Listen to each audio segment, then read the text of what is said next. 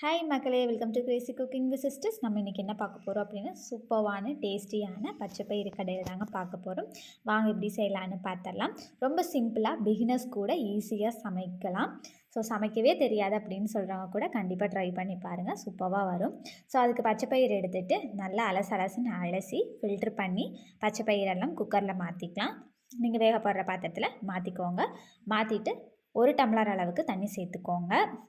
So நான் சின்ன டம்ளரில் வந்துட்டு பச்சைப்பயிறு எடுத்தேன். ஸோ அதிலேருந்து பெரிய டம்ளர் 1.5 டம்ளர் தண்ணி பிடிக்கிற அளவுக்கு இருக்க பெரிய டம்ளரில் நான் வந்து தண்ணி குடிக்கிற டம்ளரில் 1 டம்ளர் அளவுக்கு தண்ணி சேர்த்துட்டு 1/4 ஸ்பூன் அளவுக்கு மஞ்சத்தூள், ஒரு 1/2 ஸ்பூன் அளவுக்கு விளக்கெண்ணெய் சேர்த்தி 5 விசில் விட்டு குழைய எடுத்துட்டேன். நல்லா வெந்து வந்ததுக்கப்புறமா ஒரு கைப்பிடி அளவுக்கு சின்ன வெங்காயம் சேர்த்துக்கலாம். ஒரு கொந்து கருவேப்பிலையும் அப்படியே கிள்ளி உள்ளே போட்டுக்கலாம். ஒரு 1/4 ஸ்பூன் சீரகம் சேர்த்துக்கோங்க. அதுக்கப்புறமா உங்களுடைய காரம், பச்சை மிளகாய் எந்த அளவுக்கு காரம் இருக்குமோ அதுக்கு தகுந்த மாதிரி காரம் இருக்கிற மாதிரி பச்சை மிளகாய் சேர்த்துக்கோங்க. இது நல்லா காரமாக இருக்கும் அப்படிங்கிறனால ஒரே ஒரு பெரிய பச்சை மிளகாயாக பார்த்து நான் சேர்த்துக்கிறேன். இதில் தேங்காய் எண்ணெய் 1 ஸ்பூன் அளவுக்கு விட்டுக்கிறேன். மற்ற எண்ணெய் விட்டால் அப்படின்னா அவ்வளோ டேஸ்ட் வராது. தேங்காய் எண்ணெய்க்கு தான் அவ்வளோ டேஸ்ட் வரும்.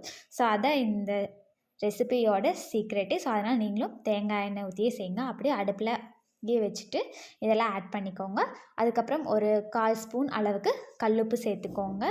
கல்லுப்பு சேர்த்துட்டு ஒரு 1/2 டம்ளர் அளவுக்கு தண்ணி விட்டு இதை நல்லா கலந்து விட்டுருங்க.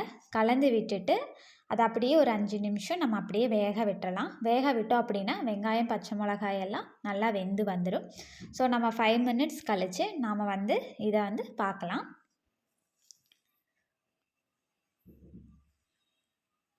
ஸோ நல்லா வெந்து வந்துடுச்சு.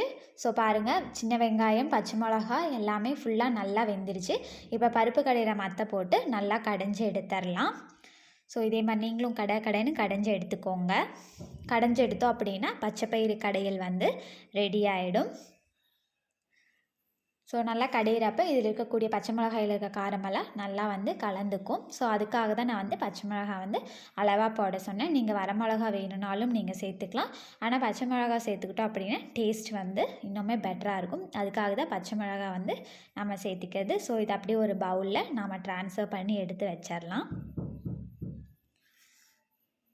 ஸோ அவ்வளோதான், ஊற்றியாச்சு. ஊற்றினதுக்கப்புறமா ஒரு தட்டத்தில் சுட சுட சாதத்தை வச்சுக்கலாம். சாதத்தை வச்சுட்டு இந்த மாதிரி பாத்தி கட்டிட்டு அந்த பாத்தி நிறைய பச்சைப்பயிறு எடுத்து அப்படியே ஊற்றிக்கலாம்.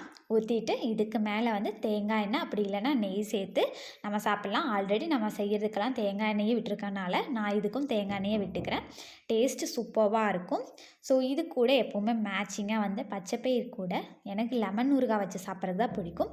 உங்களுக்கு என்ன வச்சு சாப்பிட்றதுக்கு ரொம்ப பிடிக்கும் பச்சைப்பயிறு கூட அப்படின்னு சொல்லி கமெண்ட் பண்ணுங்கள். ஸோ மாங்காய் ஊறுகாய், பூண்டு ஊறுகாய், நார்த்தங்காய் ஊறுகாய் அந்த மாதிரி நிறையா இருக்குது. ஸோ அந்த மாதிரி ஊறுகாயில் உங்களுக்கு எந்த ஊறுகாய் இந்த டிஷ்ஷோட வச்சு சாப்பிட்றதுக்கு பிடிச்சிருக்குன்னு சொல்லி மறக்காமல் கமெண்ட் பண்ணுங்கள். தேங்க்யூ ஃபார் வாட்சிங். Bye friends. மறக்காமல் சப்ஸ்கிரைப் பண்ணிட்டு போங்க. Okay, by.